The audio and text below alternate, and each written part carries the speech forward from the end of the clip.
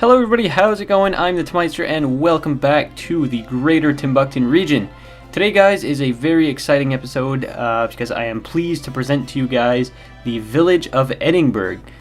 This is a new village that is located on the, it would be the east side of Burton County, which is the county that won the vote in 2 videos ago. So we're going to get started on that, and I'm super excited to start moving our way into the actual city of Timbukton a little bit later on in the series, get started on some more urban areas, but we're going to focus still on the usual with the Timbukton region, which is, you know, small little fishing villages. So I'm super excited to get started on this and to show you guys what's up.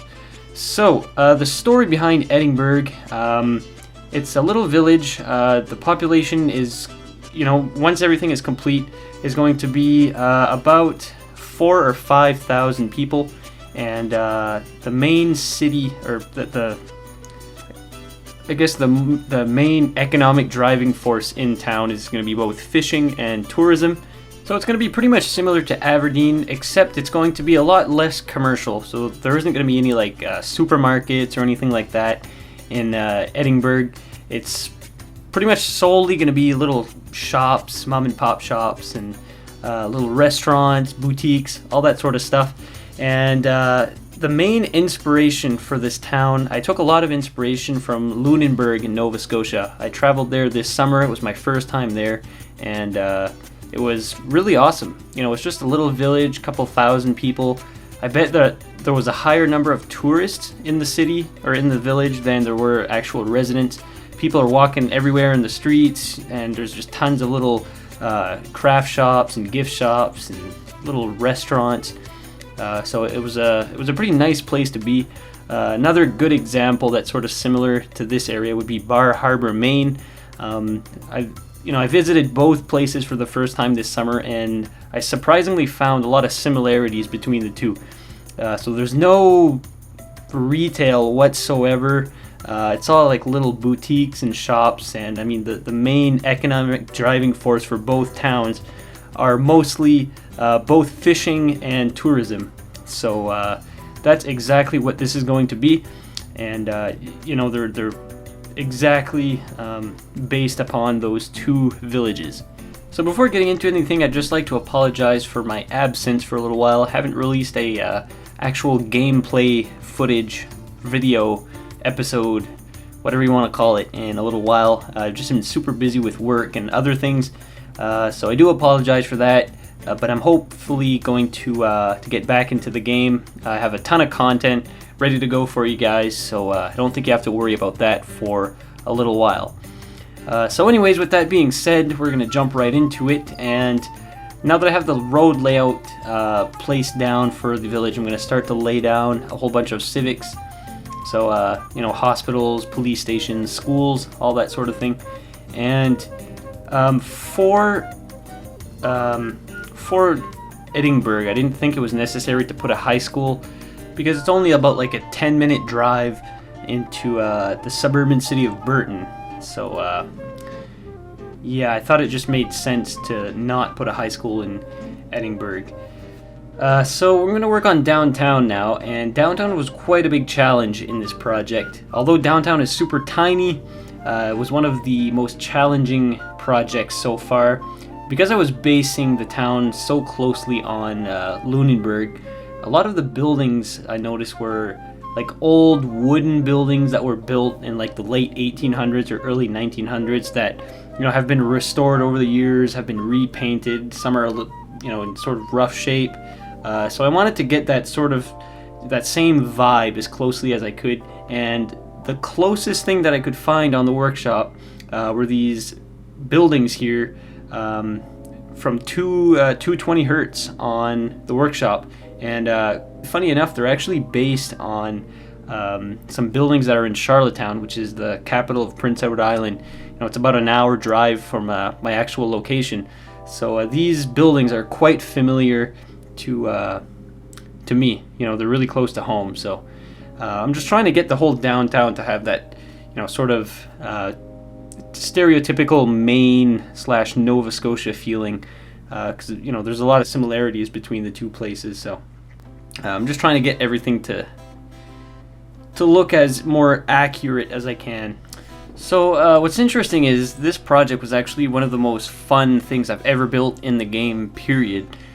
Just because, I don't know, it's sort of like in a state where everything was going good, and I hadn't played the game in a couple of days, and I think that's why, the ideas were flowing in, and I was just having a ton of fun here.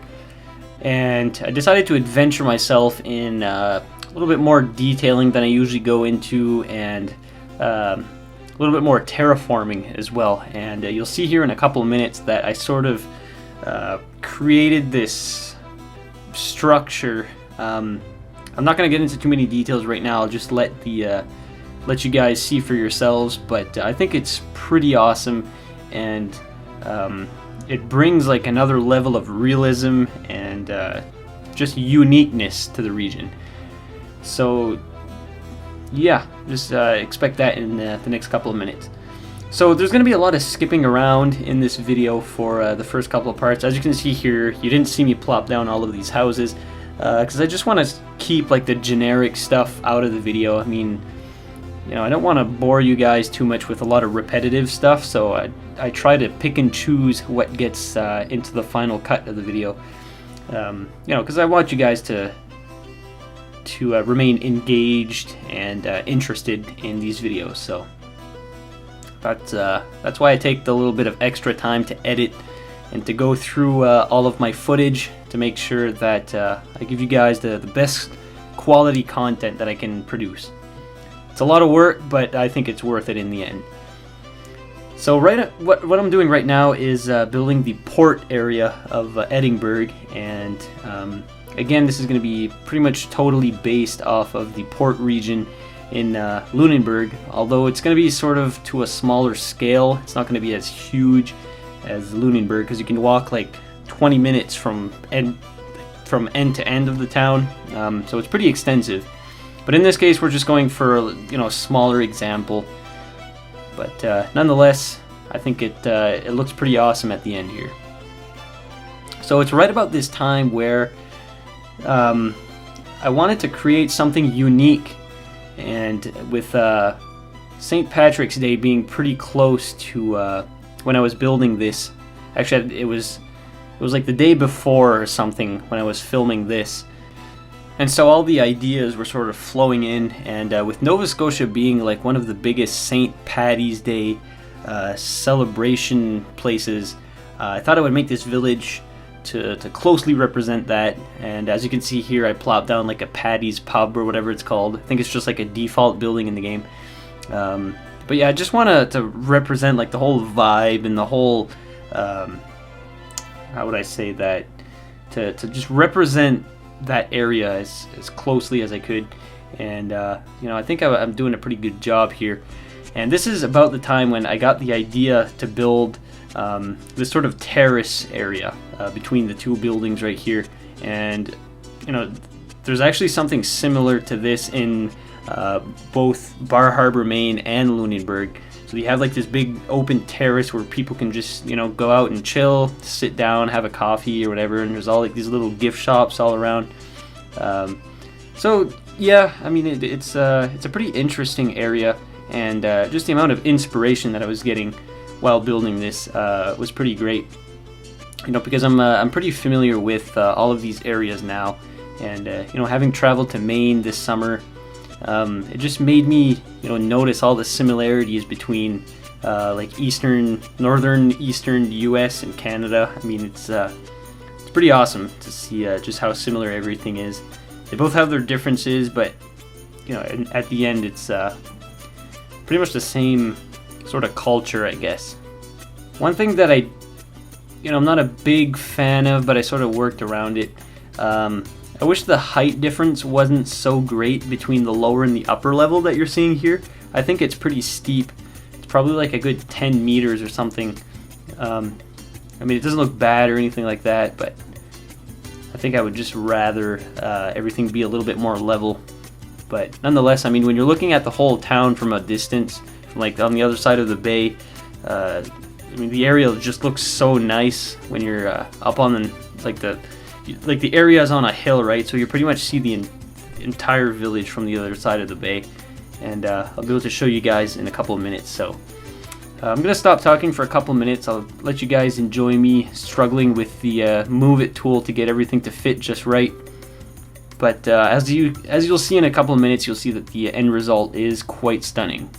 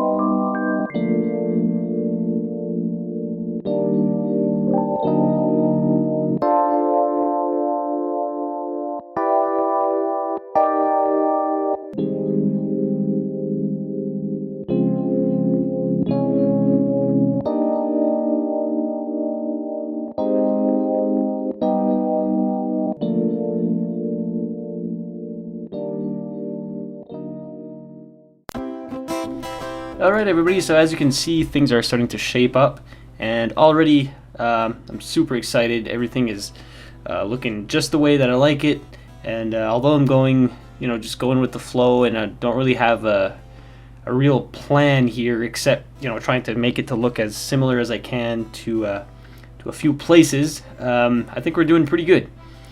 So I'm just going to add a couple safety barriers here, because we don't want people tumbling down the pretty tall cliffs here.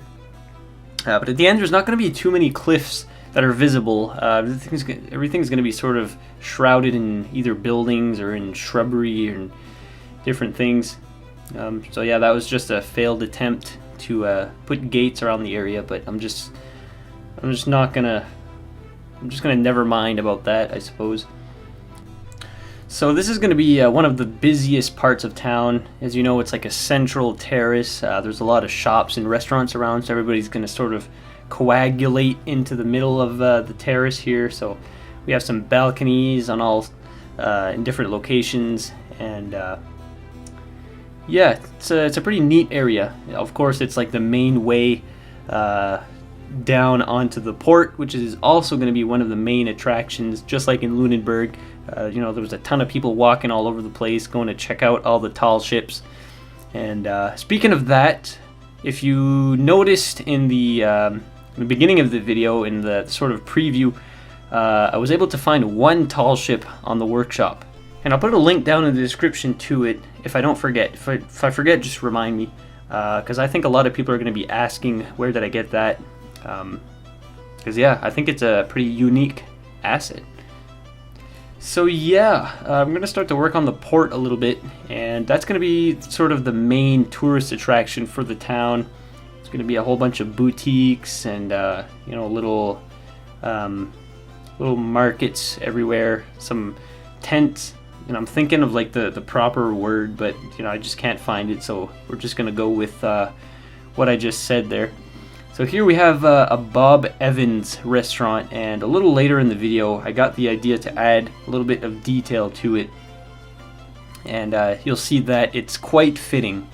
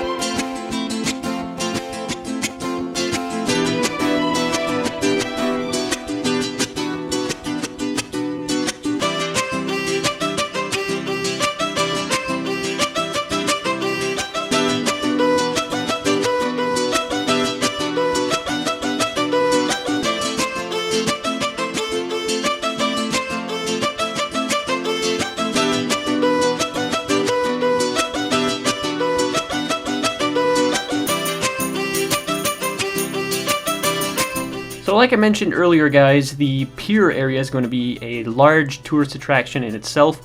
So as you can see here, I'm plopping down a nice boardwalk, and along that boardwalk is going to be some little shops and little marketplaces. So yeah, it's going to look pretty cool once it's all finished up. And as you noticed, I redid the entire dock area. I had plopped down like these larger dock pieces, and you know, sure, they're easier to use, and they don't take as much time to create, but they don't look as realistic and good as the dock pack that I had used in Aberdeen. So I opted to switch it out for the same pack that I use in Aberdeen. Sure, it requires a little bit of work, but I think the end result are a little bit better. The textures are a little bit more defined, a little bit more high def. So yeah, that's pretty much the main reason why I changed it all up.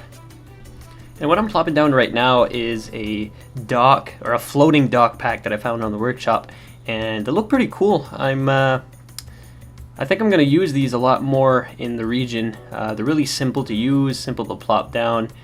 The only thing though is they follow the water line. So as you guys probably know, there's no mod on the workshop at the moment for calmer waters in the game. So even like in a nice nestled bay or in a little lake, the water is just like, you know, the waves are like 20 feet high all the time. So as you can imagine, these docks are just like wallowing about all over the place, and it's kind of funny to watch. But whatever, I mean, you got to do with what you got, so it's not too bad. So now, guys, I'm going to start to actually create what the, I guess, the staple of the town is going to be. And as you can see right here, we have our one tall ship. It's pretty much the only one that could fit in a little port like this, and it's the only one that I found on the workshop. So I think it'll do just fine in this situation. But it looks absolutely fantastic. I'll put a link down in the description for this because it's really awesome. Whoever created this, shout out to you. So we're gonna get into a little bit more detailing. So like I said, there's gonna be some little tourist attractions along the boardwalk, and we'll be adding some details elsewhere in town. So while I'm detailing this area, I'm going to talk about a few upcoming plans for Burton County and the rest of the series as a whole. So this is the first episode of Season 2 of the Timbukton series. So we are now in the county of Timbukton, which is the second largest county by land area, I think. Might be the biggest, not really sure. But anyways, it's also going to be the second most populous. Okay, so a little bit later on in the series, as we move our way to the actual city of Timbukton, we will first create the suburban city of Burton, which is just on the other side of the river, and not really sure what the population is going to be. I don't really have a goal in mind, although I'm probably aiming for like 70 or 80,000 people. So it's going to be the city of Burton's pretty much going to be the same sort of city as like Dartmouth, Nova Scotia. You know, it's like a big suburb of Halifax, so it's going to have its own little downtown area. I'm pretty excited to get started on that. So in Season 2, we're going to work on pretty much the entirety of Burton County, and we're going to make our way to Burton. So a few things that you can expect in the future. We're going to be building a ski slope. There's going to be a lot of agriculture areas, lots of fishing and touristy areas. So there's going to be a plethora of different scenarios and sceneries in Burton County. So that'll give you guys something to stay tuned for. And I'm pretty excited to get this whole region finished up. Well, not finished up. I'm having so much fun doing this that I never really want it to finish, but I just can't wait to see the whole finished product if my PC can handle it. I mean, we're only at 10,000 people right now, and my PC is already struggling to keep up. It pretty much depends where I'm looking in the game. If I'm looking directly down and I'm working in a tight confined space, I'll get 30 or 40 FPS.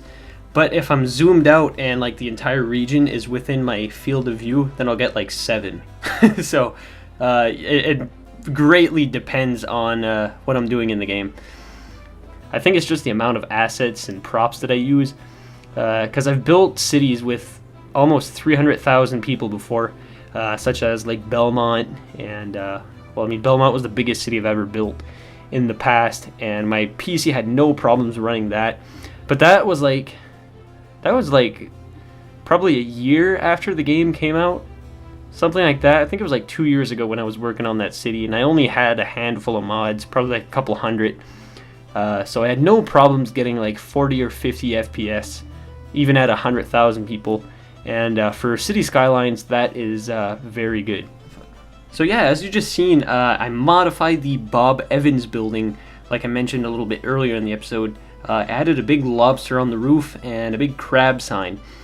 So the reasoning for that, as you can probably tell, obviously I want the area to look as Maine or Nova Scotia-esque as possible. But it took a lot of work for this town to take shape.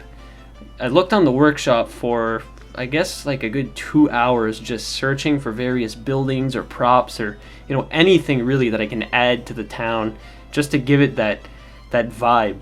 And I found a huge crab, or a huge lobster, and a big crab sign. And the moment that I saw that, I was like, oh crap, I gotta implement that somehow in Edingberg. And the Bob Evans building was just perfect. It's right on the water line. You can see it. It's the first thing that you see coming into the town from, water anyways. So yeah, I'm actually pretty happy with that. It's such a simple modification, but it's pretty awesome. I always make myself proud while doing these simple little things that take 2 seconds in the game. So with the dock pretty much being finished now, I added a whole bunch of props and textures and all sorts of stuff. I'm going to be working on a little bit more residential areas. I'm going to add some little takeout restaurants here and there, some mom and pop shops, and we're just going to move along with some more generic stuff. And we're going to work on adding a little bit more detail here and there around town. But this build is actually pretty much finished. I know I skipped a lot during this episode, but if I hadn't, and if I had included all of the footage, this episode would be 2 hours long. I swear to God, this is probably like 4 or 5 hours of gameplay, just this town. So you can imagine just the amount of work that goes into my towns. A lot of planning goes into what I build. A lot of the times I'll actually build something without recording it, just to make sure that everything makes sense and everything fits together. And I'll destroy it and then build it again while filming. So it is a pretty, it's not the most efficient way of going about, but it's not that's not how I work 100% of the time. But sometimes I'll be struggling to find some inspiration or some ideas, and I'll just start playing around off camera. And I think, that would be pretty awesome in an episode. So then I just like destroy it and recreate it. So nonetheless, I have a ton of fun building these episodes, guys, and building these towns. I'm always experimenting. I'm always trying to bring you guys, the most quality content. So don't worry about me going away anytime soon. So with all that being said and done, we're pretty much approaching the end of this episode. There is a little bit to add to the town of Edingberg, and I'll add that in the next episode. We're going to work on sort of the surroundings of town. So there's going to be like a ferry, a couple of other things infrastructure-wise that we're going to be working on. We're going to continue building the highway going to Burton, and we'll see how it goes. I'm pretty much going. I'm playing by ear with this entire series, just building whatever I want. I'm sort of just going with the flow. So it's kind of hard for me to tell you what's going to happen in the next episode, but I can assure you that it's going to be pretty fun. So before the end of this episode, I'd just like to announce that I have opened a Discord page. It's called the official Aurelia page. Aurelia, if you guys don't know, is a fictional country in which Timbukton is situated. So there's going to be all sorts of information, all sorts of facts about Timbukton and the entire nation. So feel free to join. I'll put a link down in the description. There will be some channels for discussions, ideas. If you guys have any tips or suggestions for me, you can leave that in there. There is some pretty awesome cinematics coming up in like 30 seconds.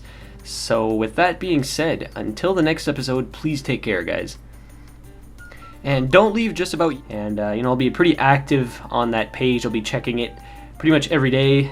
If you guys have any questions or whatever, I'll always be online to answer those. And I'm just trying to be a little bit more involved within the community. And I noticed that a lot of people are sort of migrating to that platform, to Discord. And I think it's a super good idea. I've been using it for, the better part of a year now, especially, when I'm gaming with friends and all that. It's pretty much the best platform to use. I think it's time that we embark this channel on a Discord page too. So with all that being said, guys, like I said, hit that subscribe button, leave a like, leave a comment. And don't leave just about yet, guys, because there is some pretty awesome cinematics coming up in like 30 seconds. So with that being said, until the next episode, please take care, guys.